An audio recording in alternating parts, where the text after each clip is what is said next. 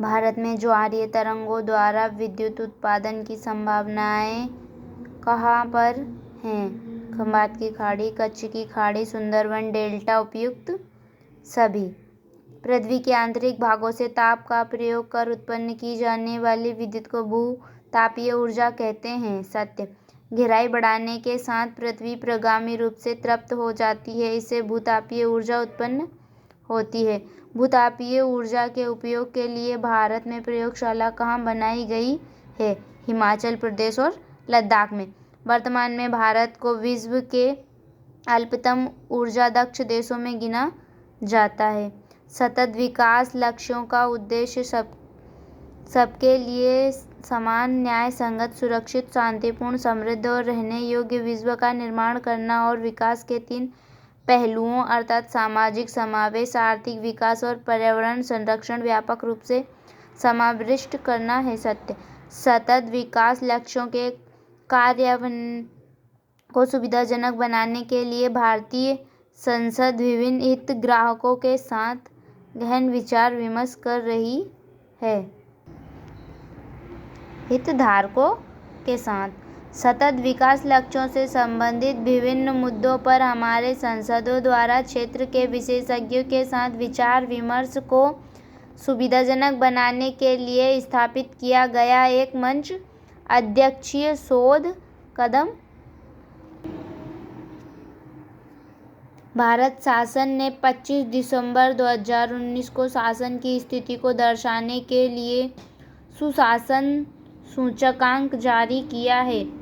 सुशासन के प्रति लोगों में जागरूकता फैलाने हेतु देश भर के विभिन्न भागों में प्रशासनिक सुधार और लोक शिकायत विभाग द्वारा कई क्षेत्रीय सम्मेलन आयोजित किए गए हैं। सतत विकास में 17 लक्ष्य और 169 उद्देश्य सम्मिलित किए गए हैं। सत्य। सतत विकास लक्ष्य में निम्नलिखित में से सम्मिलित किया गया है: गरीबी से समाप्ति, भूखमरी से मुक्ति, लोगों के लिए स्वास्थ्य और आरोग्यता। उपयुक्त सभी। विषुवत रेखा पर क्षोभ सीमा की ऊंचाई कितनी होती है? 12 से 16 किमी। वायुमंडल की संरचना स्थान स्थान पर भिन्न भिन्न होती है। समदाब किसे कहते हैं? समान वातावरणीय दबाव की रेखाएं। दक्षिण गोलार्ध में वायु बाईं ओर मुड़ जाती है क्यों? पृथ्वी के घूर्णन के कारण। सहायक हवाओं की क्या विशेषता है? ये उच्च दाब से निम्न दाब की पट्टी की ओर बहती हैं। स्थानीय पवनों की उत्पत्ति का कारण है भूमि व जल के तापमान की परिवर्तनशील प्रकृति। मरुस्थल में बादलों का घर्षण किस कारण नहीं होता है? निम्न आर्द्रता के कारण। कम मानवीय हस्तक्षेप के कारण हिमालय पर्वत क्षेत्र में जाति विविधता अधिक पाई जाती है। सत्य। डोलड्रम पट्टी किस क्षेत्र में पाई जाती है? निम्न व शांत हवाएं। क्षेत्र पृथक करने वाली वायु राशियां हैं। सीमांत प्रदेश। जेठ धारा का प्रवाह होता है पूर्व से पश्चिम। सूर्य की बाहरी सतह का तापमान कितना होता है? तो 6000 डिग्री सेल्सियस। प्रकाश का रंग किस पर निर्भर करता है? प्रकाश की आवृत्ति, प्रकाश की तरंगदैर्घ्य। वास्तविक सूर्योदय के पहले ही सूर्य दिखने का कारण क्या है? वायुमंडलीय स्कैटरिंग। उष्माद्वीप का तात्पर्य है नागरों के केंद्रीय भाग के उच्च ताप का क्षेत्र। वायुमंडल की अनुपस्थिति में आकाश का रंग कैसा होगा? काला। पृथ्वी के ऊपरी वायुमंडल के विभिन्न स्तरों का सही क्रम क्या है? ट्रोपोस्फेयर, ट्रोपोफोज, स्ट्रेटोस्फेयर और आयनोस्फेयर। वायुमंडल की कौन सी प्रक्रिया ठोस पदार्थों के अभाव में नहीं होती है? संघनन। कांगो वैश्विक में किस प्रकार की जलवायु पाई जाती है? विषुवत रेखीय। सहारा एवं अरब के मरुस्थलीय भागों में वसंत और ग्रीष्म काल में चलने वाली पवनों को क्या कहते हैं? सिमूम। गरजते चालीसा का तात्पर्य है पछुआ पवनें। विषुवत रेखीय जलवायु प्रदेश में होने वाली वर्षा कहलाती है। संवहनी घाटी और समीर का प्रभावित होती है। दिन में जलमंडल का कुल कितने प्रतिशत जल महासागरों के रूप में है? 97%। जलमंडल में जल की कुल मात्रा है 1.37 × 10⁹ घन किमी। समुद्र तटीय पारिस्थितिक तंत्र में रहने वाले जीव समुद्री लहरों के प्रभाव तथा लहरों के उतर जाने पर सूखने से बचने हेतु जो अनुकूल विकसित करते हैं, वह निम्नलिखित में से किसका उदाहरण है? केल्प नामक भूरे शैवाल की सतह पर चिपचिपा जलरोधी आवरण होता है। मसल जिनमें सालांगी अंग होते हैं। बार्नेकिल जिनमें सीमेंट ग्रंथियां होती हैं। उपयुक्त सभी। चाप झीलों का निर्माण किस प्रकार होता है? लहरदार नदियों से। उच्च श्रेणी के जैव स्तर में समाहित है जीव संख्या। समुद्र से पादप प्लावक नष्ट होने का प्रभाव किस पर पड़ेगा? खाद्य श्रृंखला पर। झील के तल में निवास करने वाले जीव क्या कहलाते हैं? नितलक। किस जलीय वातावरण में सूक्ष्म जंतुओं और पौधों का एक साथ कहते हैं? प्लावक। मिलियन लीटर ईंधन प्रति वर्ष की उत्पादक क्षमता वाला संसार का विशालतम जैव ईंधन संयंत्र कहाँ स्थापित किया गया है?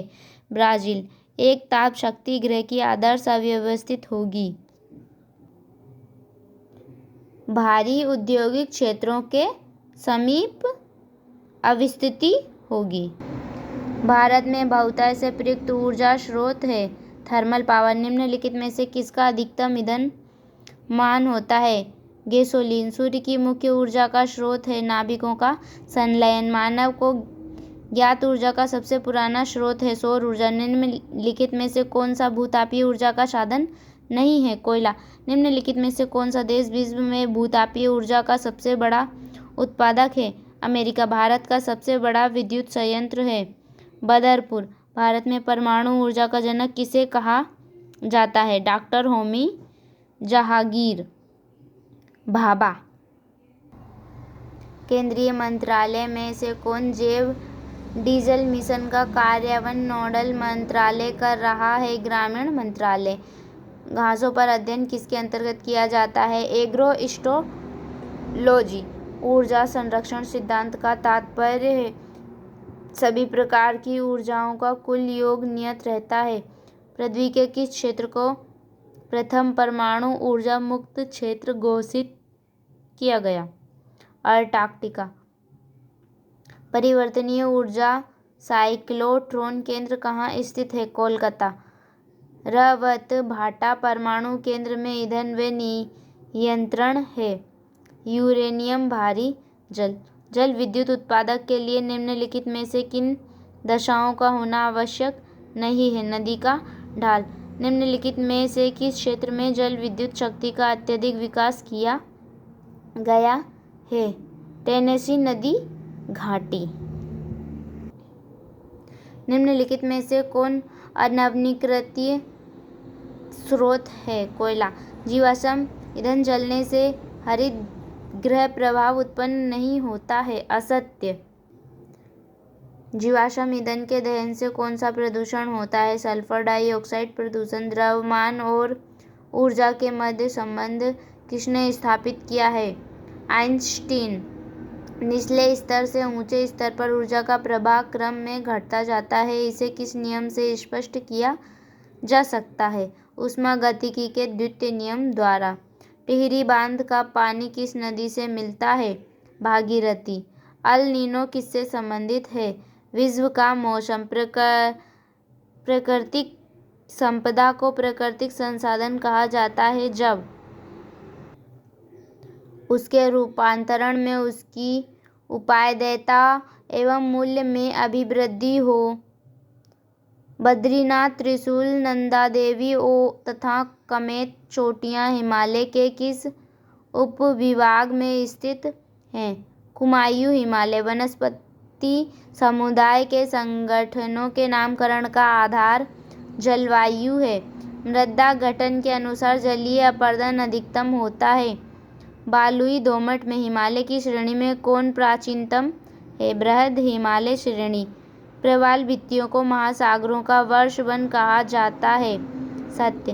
कॉर्बेट नेशनल पार्क को पहले किस नाम से जाना जाता था? Garhwal national park. नलकूपों से प्राप्त जल कहलाता है अंतःपृष्ठीय जल। सामान्यतः नलकूपों से प्राप्त जल अंतःपृष्ठीय जल या भूमिगत जल कहलाता है।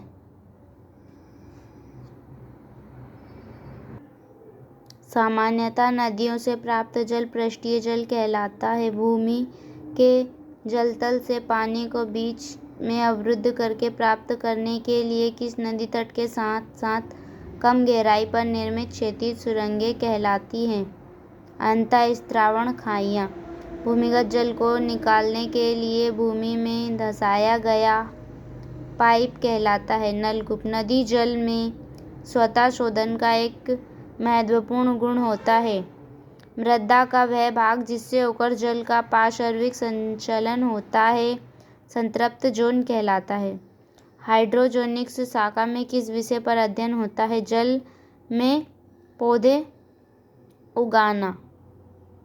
निम्नलिखित शैवालों में से कौन सी शैवाल अन्य शैवालों की ऊपरी पादप के रूप में तथा समुद्र के पेंदे पर छोटे जंतुओं को शरण देती है? भूरे शैवाल। कुछ शैवालों जैसे माइक्रोकोस्टिस जल की सतह पर प्लावकों के रूप में रहकर जल में ऑक्सीजन की कमी के लिए उत्तरदायी है। सत्य। निम्नलिखित में से भारत कौन सा क्षेत्र मृदा अपरदन से अत्यधिक प्रभावित है?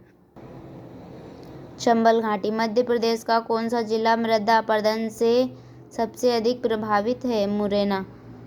सोलम शब्द किस शब्द में उपयोग किया जाता है? मृदा के आ तथा बा समास।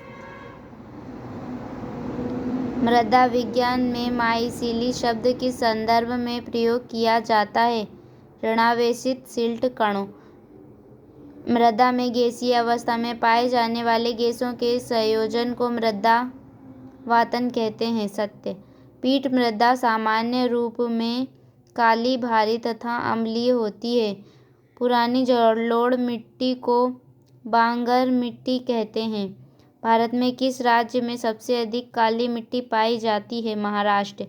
निम्नलिखित में से किस फसल की खेती के लिए काली मिट्टी सबसे अधिक उपयुक्त होती है? कपास। भारत में मरुस्थलीय मिट्टी का विस्तार कितने क्षेत्रफल में है? 1.44 करोड़ हेक्टेयर। भारत के लगभग कितने प्रतिशत क्षेत्र में वन मृदा फैली है? 7.94। भारत में क्षारीय मृदा का विस्तार कितने प्रतिशत भाग में हुआ है? 1.29। दियारा भूमि किसे कहते हैं? नदी के किनारे की भूमि जो प्रतिवर्ष बाढ़ से भर जाती है। निम्नलिखित में से किस प्रक्रिया के कारण मृदा की सतह पर नीले भूरे धब्बे का निर्माण हो जाता है? गिलेकरण। टर्टरी मिट्टी की विशेषता है छिद्रमय, बलुई तथा कम उपजाऊ। नदियों के जल द्वारा बहाकर लाई गई मिट्टी को कहते हैं जलोढ़ मिट्टी।